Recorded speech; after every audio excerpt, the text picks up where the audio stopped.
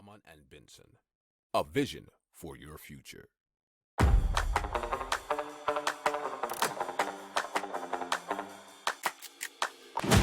Économie, tech et innovation, hydrogène, énergie. Le journal des stratèges. Présenté par Boris Kalt.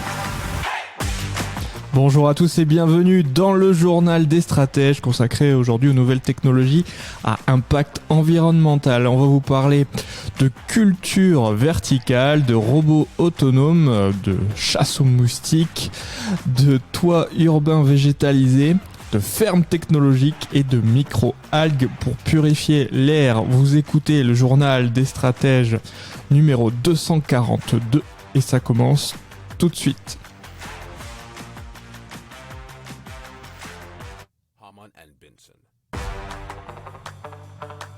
Le journal des stratèges.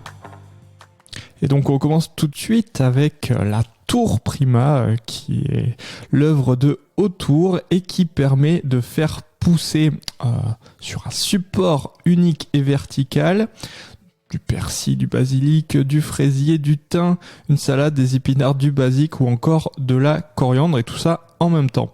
Alors la Tour Prima, comment ça fonctionne ? Ça s'enterre à 12 cm de profondeur et ensuite elle doit être remplie de terreau. Alors c'est la verticalité qui permet d'optimiser l'espace en milieu urbain, nous disent les fondateurs de la Tour Prima, ce qui a été repris sur l'article de la dépêche.fr.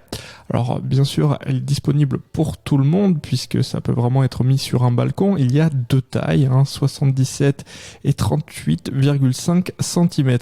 Elle fonctionne bien, nous dit-on, aussi bien en extérieur qu'en intérieur. Elle peut être achetée au prix de 49 € en ligne ou bien dans les jardineries de la région Occitanie. Harman and Benson. Le journal des stratèges. Alors on parle de la ferme, mais de la ferme nouvelle technologie avec FarmDroid FD20 ou FarmDroid FD20. C'est un outil 100% autonome qui est capable de semer, de désherber mécaniquement, donc sans pesticides, des champs de betteraves à sucre, d'oignons, épinards, chicorées, choux ou colza. Alors il est alimenté par des batteries électriques rechargées à l'aide de panneaux solaires et qui peuvent assurer jusqu'à 24 heures de fonctionnement. Alors le FarmDroid utilise des signaux de guidage par satellite dont la précision atteint 2 cm. Il est guidé par 2 antennes connectées à une base installée à la ferme dans un rayon de 10 km.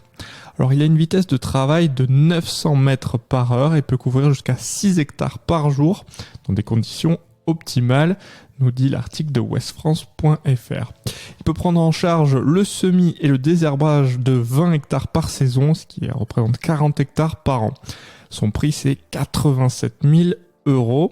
Alors, il a l'avantage notamment d'être léger et donc de limiter le tassement du sol.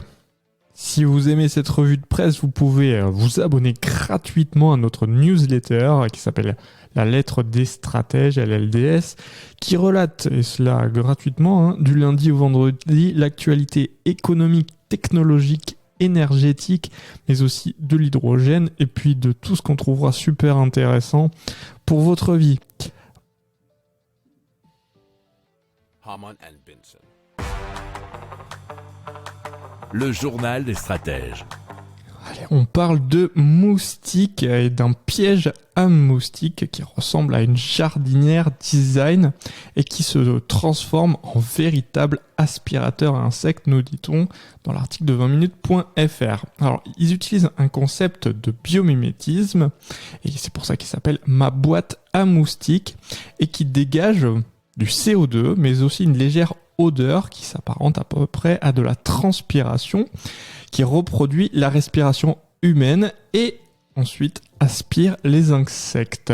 Il fonctionne avec des bonbonnes de biogaz issues de déchets agricoles. Il faut savoir que les appareils sont fabriqués près de Grenoble. Ils auraient une efficacité de 80 à 85% sur la population de moustiques dans un rayon de 15 à 20 mètres. L'appareil est vendu 1 000 € et le service comprend les conseils pour l'installer dans l'endroit le plus stratégique de la terrasse ou du jardin. Alors, c'est un leurre jardinière qui est aussi connecté puisque via une application, il envoie des notifications sur le smartphone quand la bouteille de biogaz commence notamment à s'épuiser. Il est aussi réglable à distance en fonction de la météo. Ma boîte à moustiques, ça vise le marché des professionnels, cafetiers, restaurateurs ou collectivités locales. Donc c'est du B2B pour l'instant. Mais il faut aussi, s'il le souhaite aux particuliers, des devis sur mesure et étudie la fabrication d'appareils déjà de série à donc des prix plus abordables. Il faut savoir que pour l'instant, un modèle alimenté à l'énergie solaire serait même en préparation ou en étude. Harman and Benson. Le journal des stratèges. Et on parle de Roofscapes qui vise à transformer les toits en pente des villes denses en les coiffant de plateformes végétalisées, nous dit le Figaro.fr. Alors il faut savoir que les toits représentent environ 30% de la surface horizontale de Paris. C'est donc un tiers de la ville qui est donc actuellement presque complètement inutilisée. Alors, une ville comprenant 50% de toitures végétalisées pourrait faire baisser la température de 2 degrés, selon le National Research Council Canada.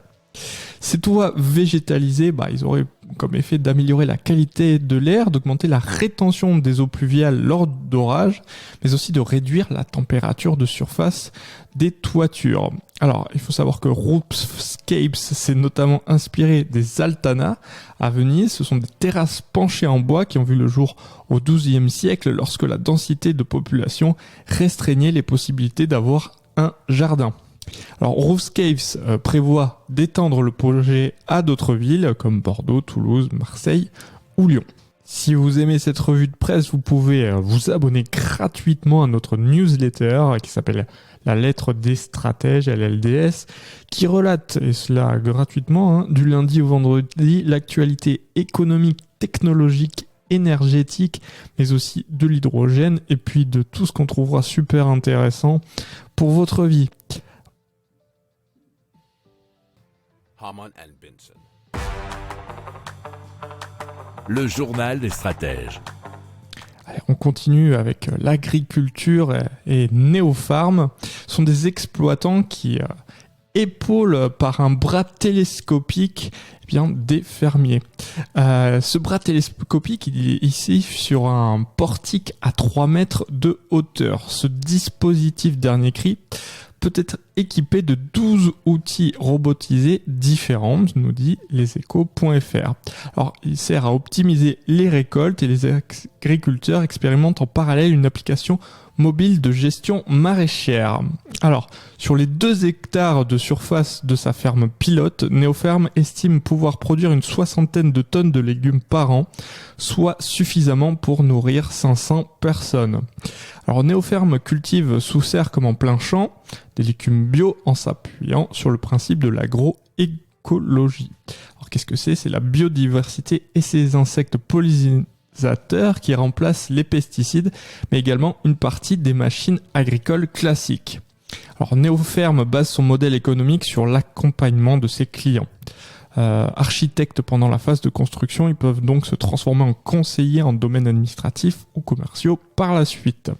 Alors, ils ont réalisé déjà 3 levées de fonds depuis 2018. Une 4e est en cours et le montant espéré de 8 à 10 millions d'euros d'ici la fin 2022. Harman and Benson. Le journal des stratèges. Allez, on va parler de purification d'air grâce aux algues. Et c'est Biotheos qui a installé Oxylone dans la station de métro Lille-Flandre. Alors, grâce à ce procédé qu'ils ont spécialement breveté, des microalgues, c'est la Chlorella vulgaris, nous dit la voix du Nord.fr, débarrassent l'air des mauvaises odeurs et des particules fines. Pour se développer, elles absorbent aussi le dioxyde d'azote. Alors l'air est donc aspiré d'un côté de la colonne, descend la verticale, passe par une grande cuve d'eau verte remplie de microalgues et ressort stérilisé. Alors la société Bioteos s'est donné donc comme mission de soigner la qualité de l'air dans tous les lieux qui accueillent pas mal de public et plutôt bien sûr dans les milieux fermés. Bioteos travaille aussi actuellement à réduire le bruit de leurs machines pour inventer des modèles de bureaux. Hamann and Benson. Le journal des stratèges. Voilà, c'est terminé pour aujourd'hui. Je vous souhaite une excellente journée et je vous dis à plus tard pour plus d'infos. Ciao.